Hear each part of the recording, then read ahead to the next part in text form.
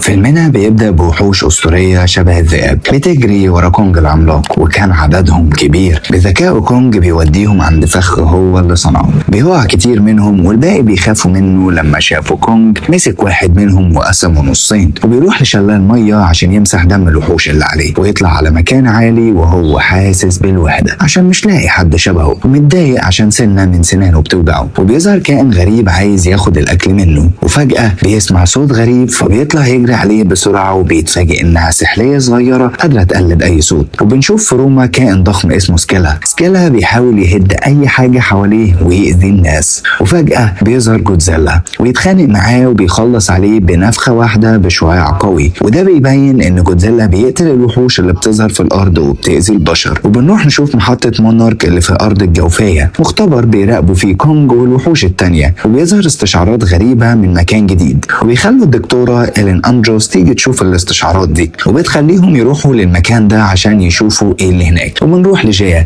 بنت من قبيلة القوي من الأرض الجوفية، وقبيلتها كلهم ماتوا في الحرب مع الوحوش وكانوا بيحموا عيلة كونج. فبيحصل لجيا هلاوس في المدرسة عن مكان غريب، وفجأة المدرسة بتحاول تفوقها وبتبعت لإلين أندروس عشان إلين اتبنت جيا. والمدرسة بتقول لها إن جيا منعزلة عن زمايلها وبتعمل تصرفات ما حدش فاهمها، فبترد عليها وتقول لها إنها لسه محتاجة شوية وقت عشان تتأقلم على العالم بتاعنا. فإلين أندروس بتتكلم مع جيا وبتسألها لو في حاجة مضايقاها وإيه الرسومات دي، وبيتكلموا بالإشارة عشان اللغة مختلفة بينهم. فجيا قالت لها إنها خايفة على كونج ومش عارفة معنى الرسم إيه. وبتقعد الدكتورة إلين أندروس تشوف أخبار شغلها، وبتتفاجئ إن رسمة جيا هي الاستشعارات اللي ظهرت من شوية. وفي المحطة كل الكاميرات بتتعطل بسبب إيد شبه إيد كونج ومحدش كان واخد باله. فبتطلع الدكتورة إلين أندروس لصاحبها بيرني هايز عشان يحل معاها اللغز ده، وبتحكي له عن الرسم وبتقول له انت اللي هتعرف تساعدني. فبيقول لها هساعدك، بس هاجي معاكي المرة الجاية الأرض الجوفية عشان نشوف ايه اللي بيحصل هناك.